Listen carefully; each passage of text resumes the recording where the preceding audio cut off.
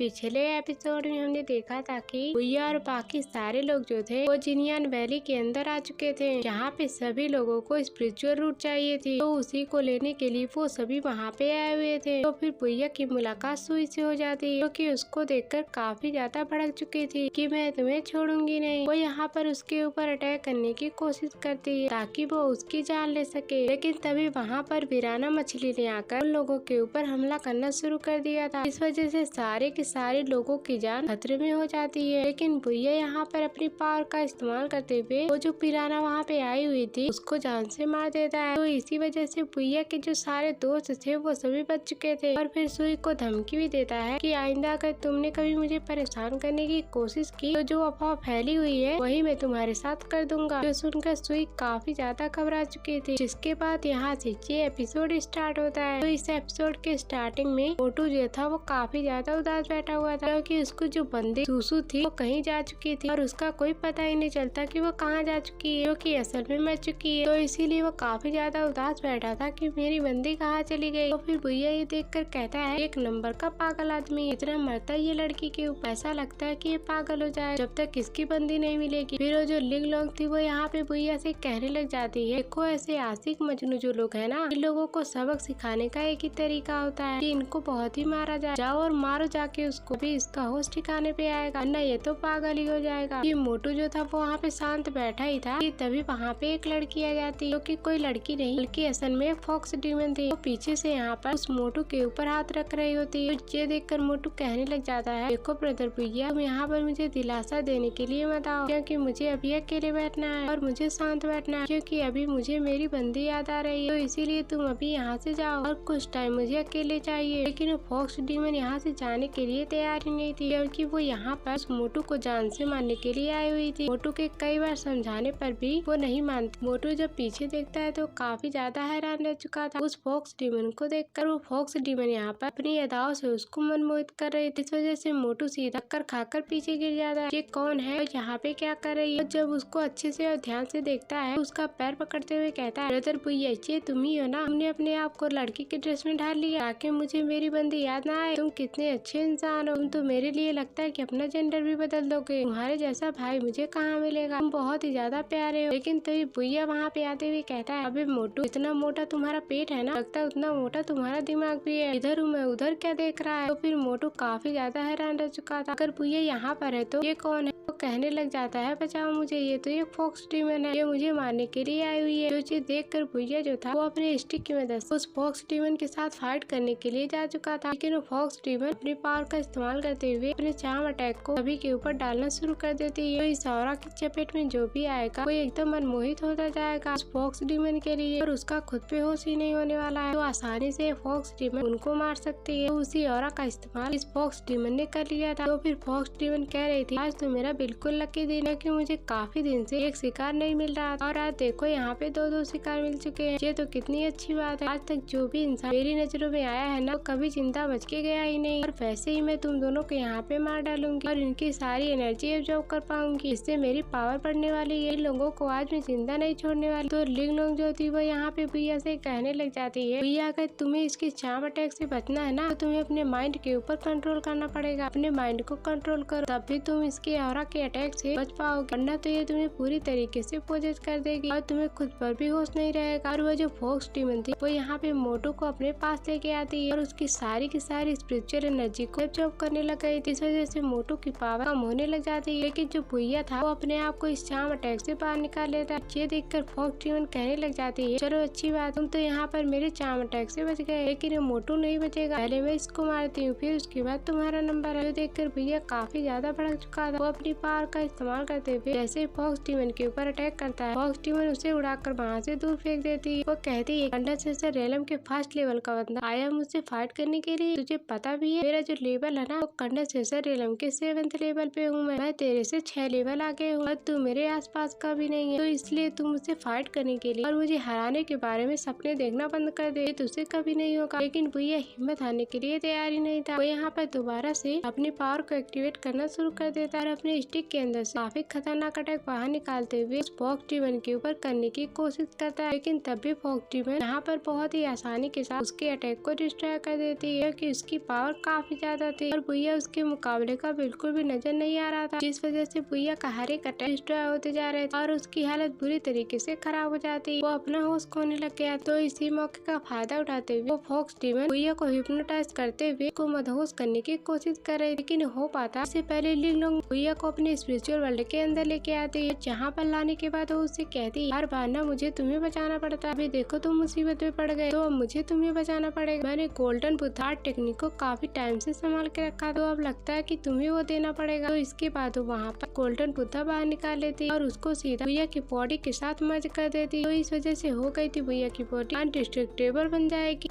यानी कि उसकी बॉडी को कोई नुकसान ही नहीं पहुंचा पाएगा और न ही किसी जादू का उसके ऊपर कोई असर हो। ये होते साथ ही भुइया के अंदर से इतनी भयंकर पावर बाहर निकलती है, इसकी कोई हद नहीं होती। वो पूरा पावर से यहाँ पे बढ़ चुका। तो वहीं पे फॉक्स डीमन जो थी वो यहाँ पे भुइया की पावर को एब्जॉर्ब करने की कोशिश करती है। वो कहती है कि इसकी पावर तो बड़ी ही टेस्टी है, बड़ा ही कमाल का बंदा है, मैं भी इसकी आधी पावर एब्जॉर्ब कर चुकी हूँ और आधी बाकी है। और अगर मैं इसकी पूरी पावर एब्जॉर्ब कर लूँ ना तो उसके बाद मैं इतनी ज्यादा स्ट्रॉन्ग हो जाऊंगी कि उस मास्टर सिंटू ने जो मेरे ऊपर सील लगा के रखा हुआ है ना ताकि मैं यहाँ से भाग न जाऊँ, मैं उसको आसानी से डिस्ट्रॉय कर सकती हूँ। बस एक बार वो सील टूट जाए ना तो उसके बाद मास्टर सिंटू उसको मैं उसकी औकात दिखा दूंगी। आखिरकार वो खुद को समझता क्या है, मुझ जैसे पावरफुल डीमन को इतनी आसानी से अपने जिनियन वैली के अंदर कैद करके रखेगा, ऐसा कभी नहीं होगा। उसके दिन नजदीक आ गए हैं, उसको मारने में जरूर जाऊंगी। तभी वहाँ पे सुई और बाकी सारे लोग वहाँ पे आ जाते हैं। सुई वहाँ पे फॉक्स डीमन से कह रही अपने देखना तू छोड़ दे, जो भुइया है ना वो सिर्फ मेरा शिकार, वो मरेगा तो सिर्फ मेरे हाथों से मरेगा और मैं किसी और को मारने ही नहीं देने वाली। तो ये देखकर फॉक्स डीमन कहने लगती, तू तो कुछ ज्यादा ही बन रही है मेरे सामने, जरा तू अपनी औकात दे और मेरी औकात दे। तो मुझे तो लगता है ना कि मुझे यहाँ पे एक बढ़िया वाला सबक सिखाना पड़ेगा, तभी जाकर तुम जैसे लोगों को अकल आने वाली है।